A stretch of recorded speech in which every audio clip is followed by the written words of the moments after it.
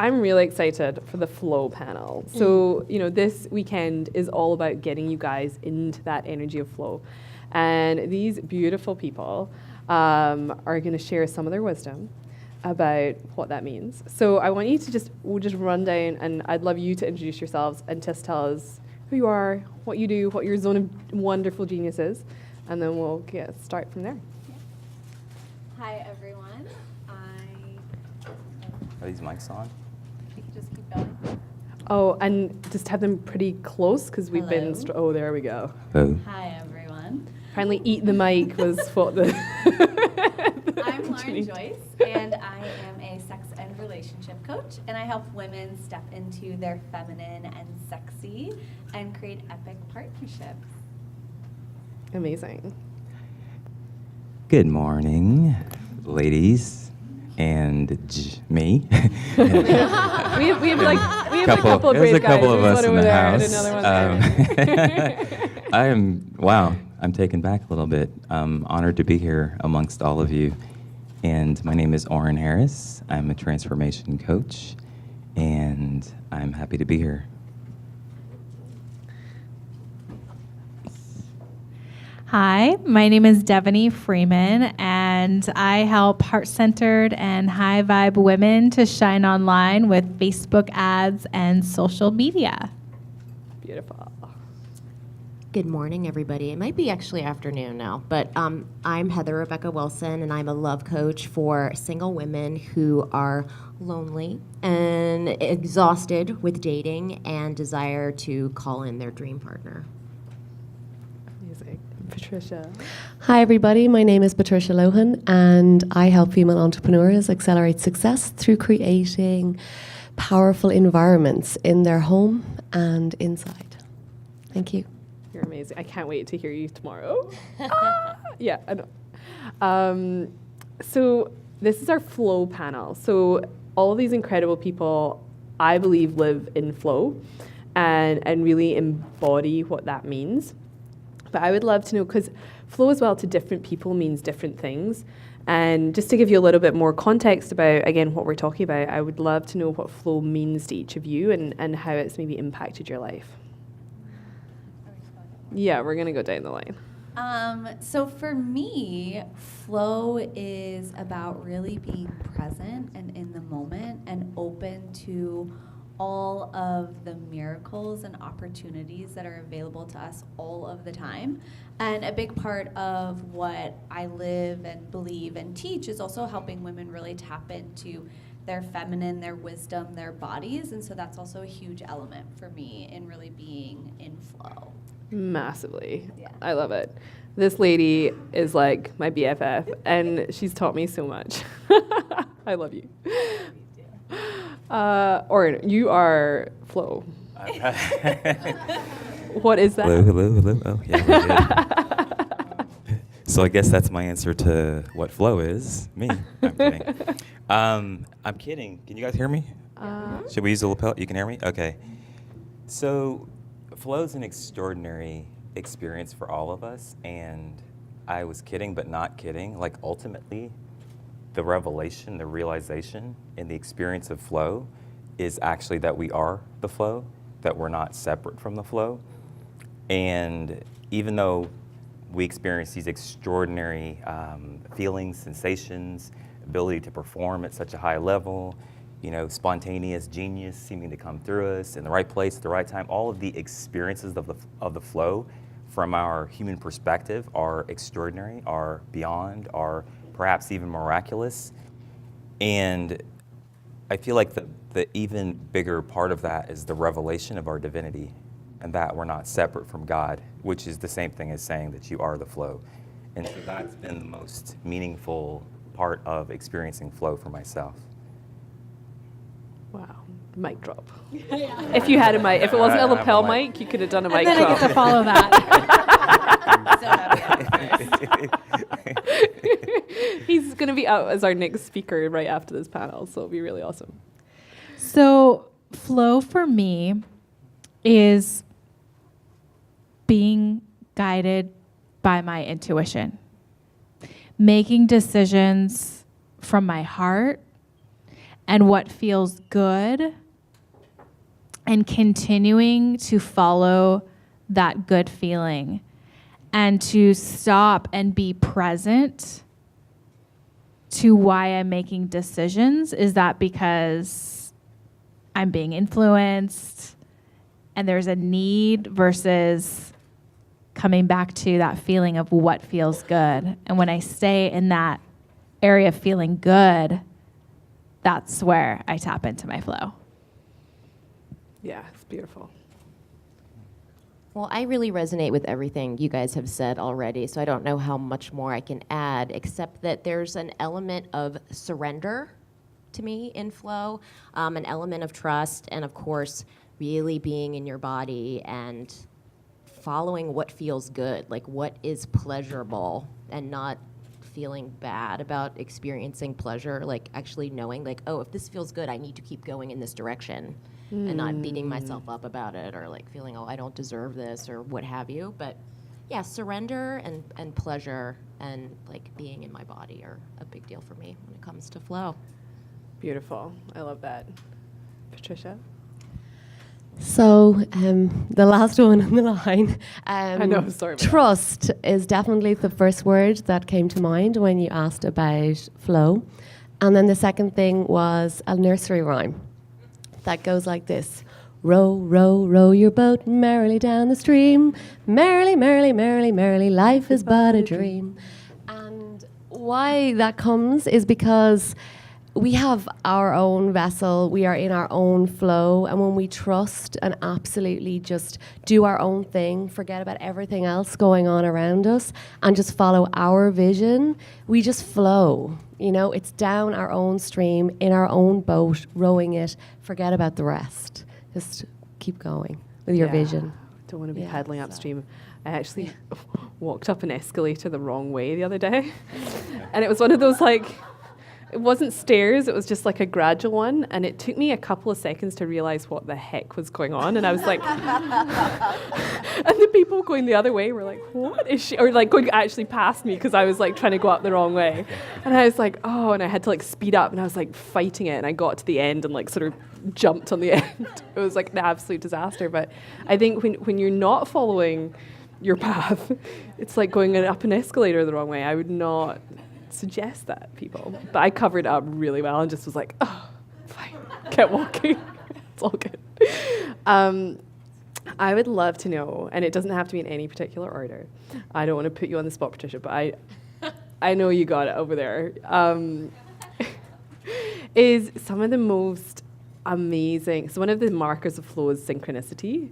And I would love to know if some of you have some stories or experiences where, I know Lauren is like the king of this, but where you've maybe been off path and then you've noticed some synchronicities or like some crazy things have happened and you would never have quite believed flow unless you'd experienced these synchronicities.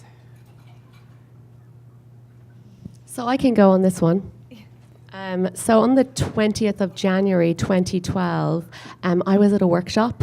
And at this workshop, the coach got us to write down 3 things, and we had to fast forward. It's a really cool exercise, excuse me, to write down what we were grateful for. But we had to fast forward to the 21st of December 2012. So this is January, and we had to fast forward a year.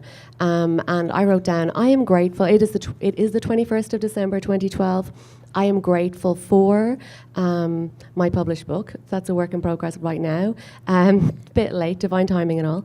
It is the 21st of December 2012. I'm grateful for my full yoga classes. Yeah, they totally filled. It is the 21st of December 2012, and I'm grateful for my soulmate relationship.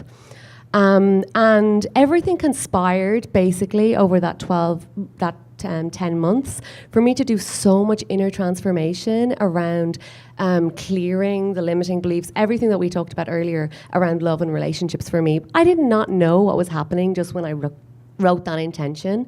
Fast forward to the 21st of December 2012. It was a very auspicious night. It was solstice.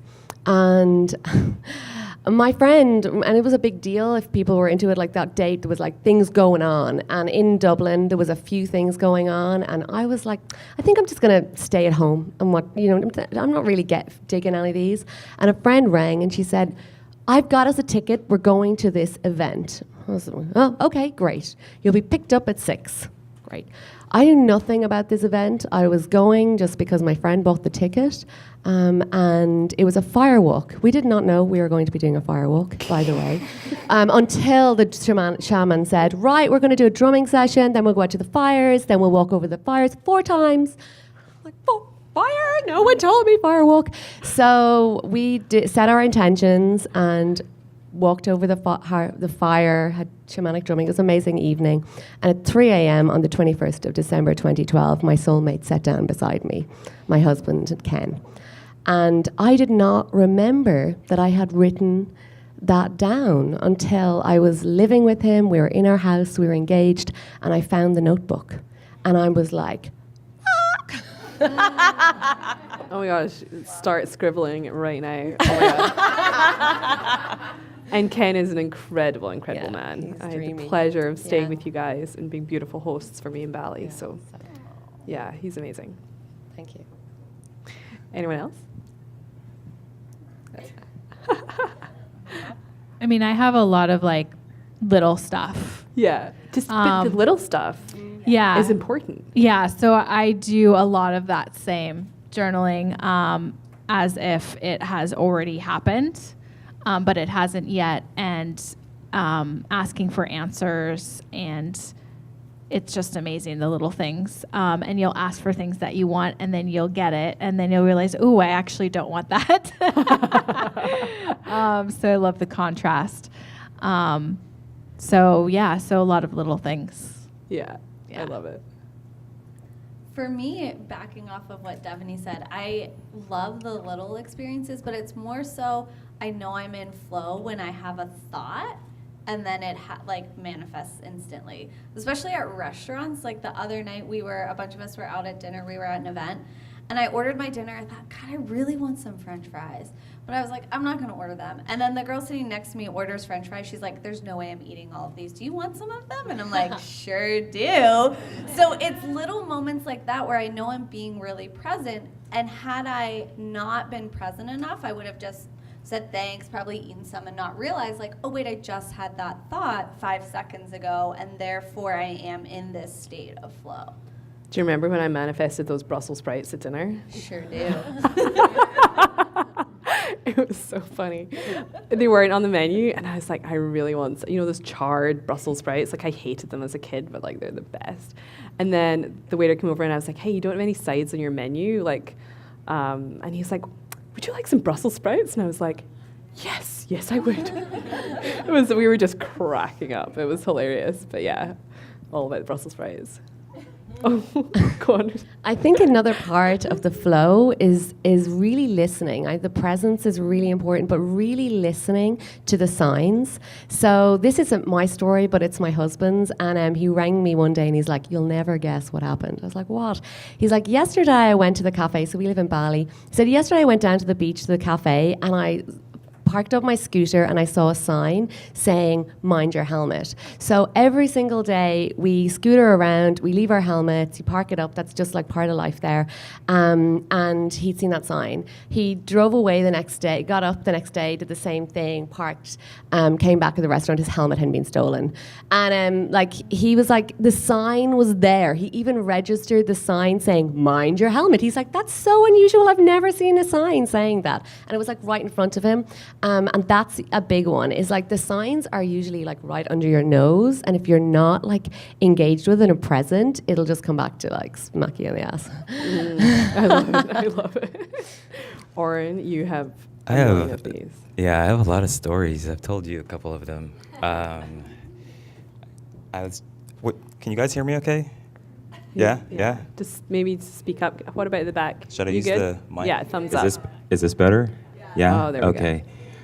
Yeah, I have tons of mind-blowing type of stories, and I've noticed that in the last year when I share stories when I'm speaking, a couple of types of stories are the most impactful for me personally. One is the stories that really illustrate that there's no separation between heaven and earth, and that, like, one of my inspirations is to make the supernatural natural and to ground it here on earth in our day-to-day lives. And so I'm drawn to those types of stories. Like, I have several inner GPS stories that are really crazy, like being in a city I've never been in before and going to meet someone and literally being guided right to the exact point. Even to one point where I pulled out my phone camera before I turned a corner. My friend turned the corner and she was like, "Oh my God," and I took a picture of her. But I use that story just to say that, like, our intuition is 24/7. It doesn't take breaks or holidays, and it is actually impeccably precise. And I say that because oftentimes when we're in flow and we think about, like, sometimes flow versus structure or flow versus time, and the flow is the immaculate structure.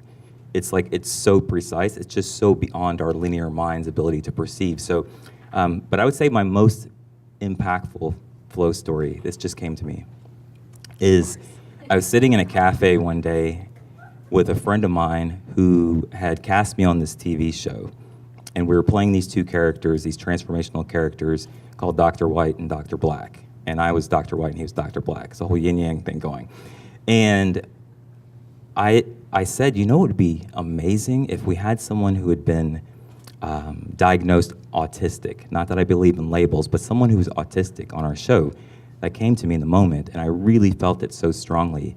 And I feel like when I've connected to that energy or the beings who have been labeled that, I feel this really deep, inexplainable connection, right? And this, what looks like, might look like an inability to communicate is really actually a higher ability to communicate. And what's really personal for that for me is I'm very telepathic. I receive way faster than I can talk. And so I don't meet beings too often that I can really be in that super, super intimate space where it's just like pure light language. And so I felt that connection with certain beings. And so I said this to my friend, just out of the blue. I haven't studied anything about autism. I'm not involved in that work. And so we're sitting there, and about 2 minutes later, we're in the corner of a coffee shop by ourselves in our own little private corner. A kid walks up and sits in a chair, and he's facing the other direction. And I looked at my friend because I can feel the vibration, and I was like, I looked at my friend and I looked at this kid, and he was looking in the other direction. He didn't say anything. And as soon as I engaged his consciousness, I mean, the second, he just turns and like, oof, and it's like just staring at me. And I'm staring at him. And we're like talking, but not talking yet. And then he starts to speak, and these words start to come out of his mouth really slowly. And the first thing he said was, "Is that an iPhone?" And I was like, "Yeah." And so then I asked him a question that my friend and I were pondering. I said, "Well, what is truth to you?" Because the name of this TV show was Truth Doctors. I said, "What is truth to you?" And he said, "I don't know." And I was like, wow, that was truth, like manifest, right? Like the embodiment of truth. He just said, "I don't know." And then a couple minutes later, I said, or no, he says, he turns around again, and he's off in his own world. And then again, as soon as like I pinged him, he turns and looks right back. And he goes, "You know, you pretty much just have to be yourself. If you don't, nothing works." It's like an 11-year-old kid, right? And I was like, okay, yes, amen to that. And then I asked him a question. I said, do you think most people are themselves? And his answer was profound to me in my understanding. He said, I can't get into that. And I realized in that moment that it wasn't a pure question. Maybe it was 99.9% pure. Pure meaning it was a leading question. And I often, as a highly sensitive being, am in those moments where people ask me questions, and it's like a loaded question, right? And so I was like, wow, he actually can't process even that micro particle of differential in my. Am I making sense? Do I need to slow down?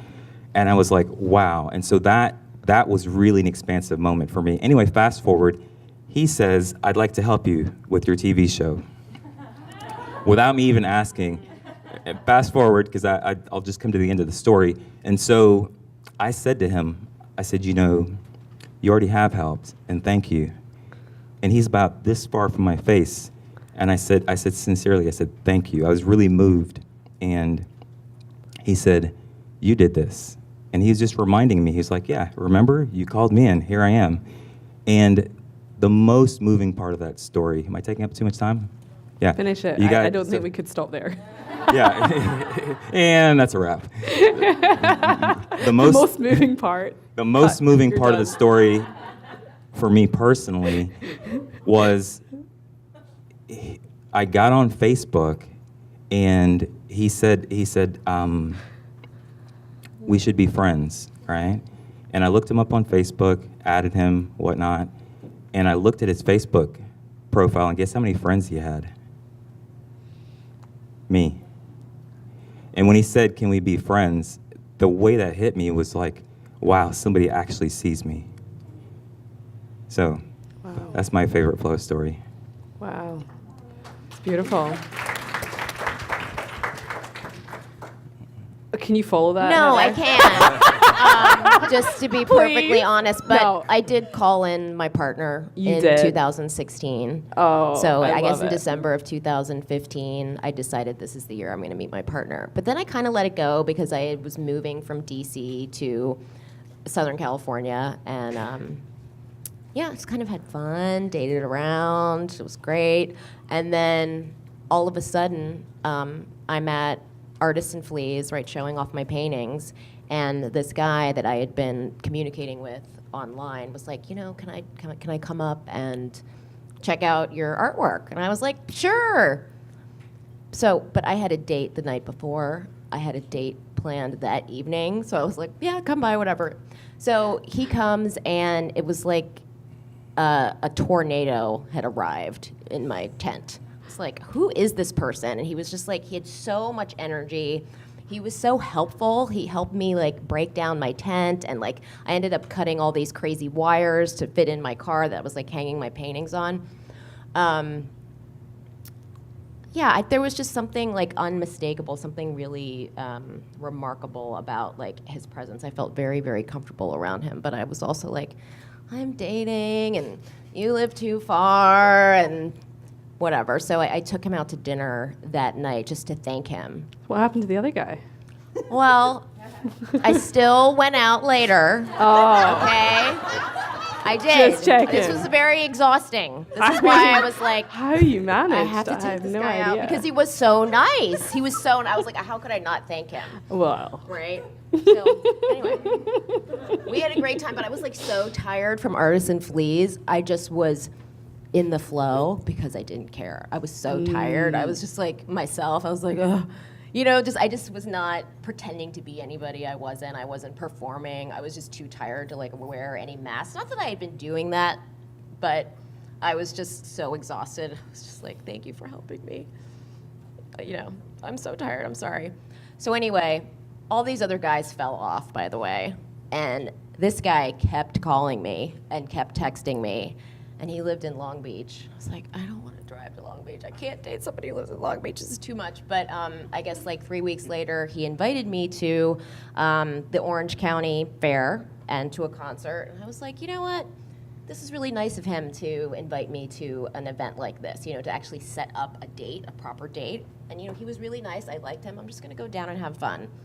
And so we've been together ever since. But, yeah, so that happened in June. So I decided, okay, December 2015, like 2016 is going to be the year I meet my partner. And that happened in July. Right. So I know it's not as cool as Oren's story about this otherworldly creature who sat down at the cafe, but I would just say that I don't know. I feel like my life, I'm living in flow all the time, so it's kind of hard to pick out like one crazy story. But I would just say that I don't know. I really feel that like just things show up at the right time. Like money shows up at the right time, when I want to do something, you know, when I want to go somewhere, if I want to invest in my business, it just shows up if it's the right thing. I don't rush anymore. I hate rushing, and I've decided I just don't rush. You know, so I'll show up and, you know, maybe there's like a traffic jam or something. I'm like, oh, I'm going to be late. That sucks. But then I'll show up and they're like, oh, we're running late. You're early. I find that happens all the time. So, but it's just like, I don't know, I feel like my life is in flow. It's like surrendered living, right? Yeah. Like That's I what it is. trust, like, you know, the universe is looking out for me. Like I don't need to fight. I don't need to struggle. I don't need to toil or worry. Like it's all good. Pretty cool. Yeah. Yeah, I love that. I love that. Have any of you had a time when you've felt like maybe not Oren, but the rest of you, when you've fallen out of flow and things feel like they're heavy or not working, and is there something you did to try and get yourself back into that flow space? Like what was off and what did you do to get back in? Go. So I was in an ashram in India, and I saw. Tell us your middle name again, love. My middle name is Parashakti. All power. And I'm in an ashram in India, and we have a day off, and we go down to the beach, and all the other girls, we're doing our yoga teacher training, and all the other girls are all excited about these Tibetan singing bowls. And I'm like, Tibetan what? Tibetan bowls? And they were all so excited. They were going, I'm going to have them for my class. And one of the girls holds the singing bowl, and she says, what do you think? And she puts it in my hand. And I'm like, in my mind, I just thought, if I'm going to buy one of those, like, I need to know more. Like, they're quite expensive. And I was like, first of all, I need to know more. And I just put it back on the shelf. I never thought about singing bowls. A week later, while we were still in the ashram, I came out of meditation, and I thought, I'm going to Nepal. So I had a $2,000 ticket around the world. I was supposed to spend 2 months in India. I left India a year and a half later, but it's a long story. So I'm going to Nepal. What? This is not part of my plan. So I head up to Nepal, and I need to be practical about like being in Nepal. So I decide to volunteer. And I had been on this huge spiritual path and doing amazing things there and doing Om training. It was amazing. And I just dropped into this place that was not very comfortable. So I was actually dating a guy who was like a crazy drinker, and just like, it was just like insane. And I was just like hanging out, and all the people that I was training to teach English to in a charity, and it was just so uncomfortable. And every day in Nepal, I was like walking the streets going, why am I here? Like, why am I here? Because my body was not feeling happy. I'd been completely vegan, no drinking for like 6 months, and then I'm up in this Nepal, just like everything is going crazy, and I'm like, why am I here? Why am I here? Every day I'm walking past shops full of Tibetan singing bowls, and I'm like not seeing the connection. But just at that time, you ask, what brings you back? So I was really being treated so badly by this guy as well. It was like this real nightmare. And I thought, what do I need? And I said, I need yoga. I was like, I just need yoga. I just need to get back to my primary practice. So I'm on Google, and I look up yoga in Kathmandu, and I find this guy, and he teaches yoga. He was at the same ashram as me, also practiced Ashtanga. He also was a Reiki master like myself, and I'm like, oh God, we have so much in common.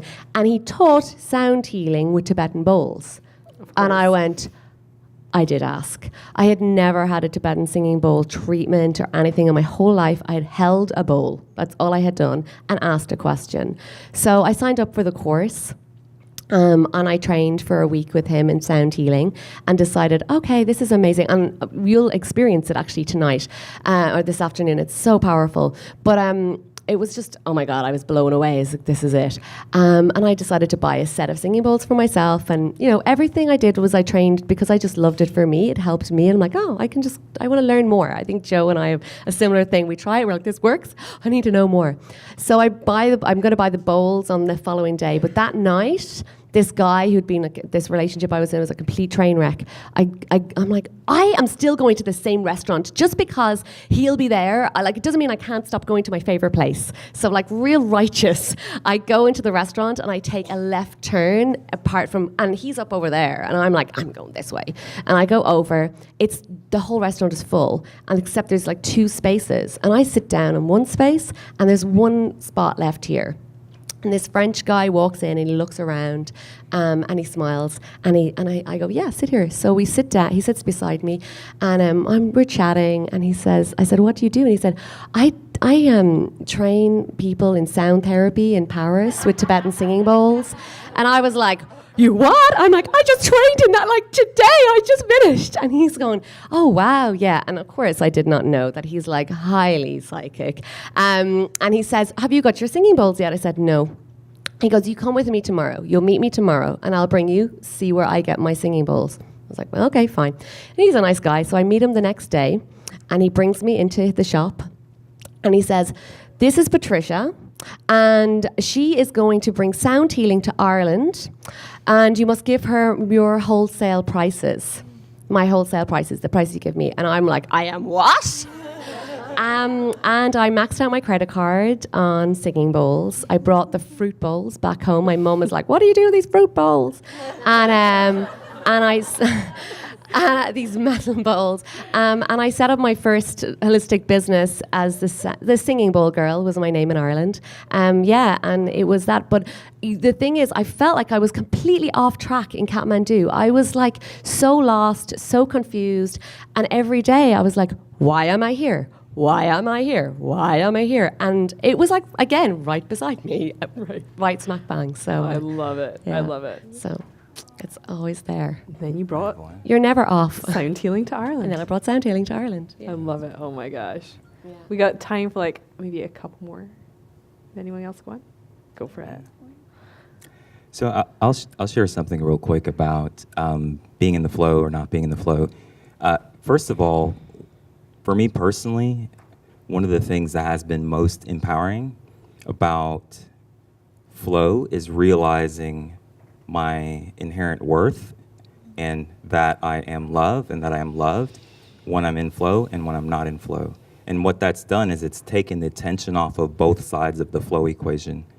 The tension on the negative side would be the resistance, like, yeah, I'm not in flow, or the judgment of oneself. The tension on the positive side, which actually comes from the other side, is the, oh, I want that, give me some more of that, or I'm in it, I don't want to lose it. So one of the things that's been more impactful to me than even being in flow is having that revelation of who I am when I'm in the flow or not in the flow. And so it doesn't have me like trying to grasp the flow, trying to chase the flow, trying to hold the flow, or resisting being out of the flow.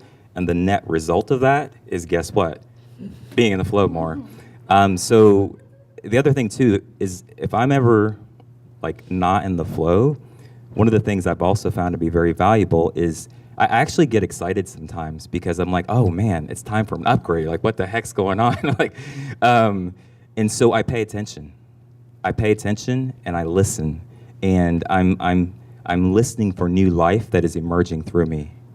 And so when I say I'm excited, it's not like I'm like, oh my gosh, I'm not in the flow, yay! But sometimes, like I am excited in anticipation, right? Because I know that there's my own information from my own higher self from the universe trying to come to me in the form of a forward-moving evolution. And so oftentimes when we're not in flow, we are in the middle of an upgrade. And so it is inherently positive in that sense. And if you don't have a lot of resistance to that and you've kind of gone through the death and the rebirth, death and the resurrection enough times, eventually you start getting a little bit excited even because it's like, oh yes, it's on. So yes. Beautiful, beautiful. Well, I think we're going to just finish there because you are on next. And thank you so much, ladies. I really appreciate it. And I was just thinking, like sitting here, like I have so many stories, but like the way I met Patricia was so divinely guided through Facebook, of course. right? I stalked her. You totally stalked me, but it's worked. It's been amazing. And you came up to me at an event in Bali and was like, I'm here because I'm your friend on Facebook. I'm like, really? That's amazing. And then I was like, I'm so letting go of control and living in flow. I don't even know where I'm going to stay tonight or tomorrow. And you were like, why don't you come stay with me? And I was like, really? You're like, yeah. And so I was like, you sure your husband won't mind? She's like, no, we have a pool and a guest bedroom. You're like, it's nice. And I was like, all right, I'm in. And it just went from there. So it's like, I love all these, like, and you guys, like the fact that we were in the same program at the same time and I met you, like, yeah, I love all of that. And I just feel like, yeah, it's really cool. So thank you all. I really appreciate it. And Janina's gonna officially hand over to Oren. So we will vacate the stage and let you amaze us with more flow. So can I get a round of applause to my amazing flow panelists?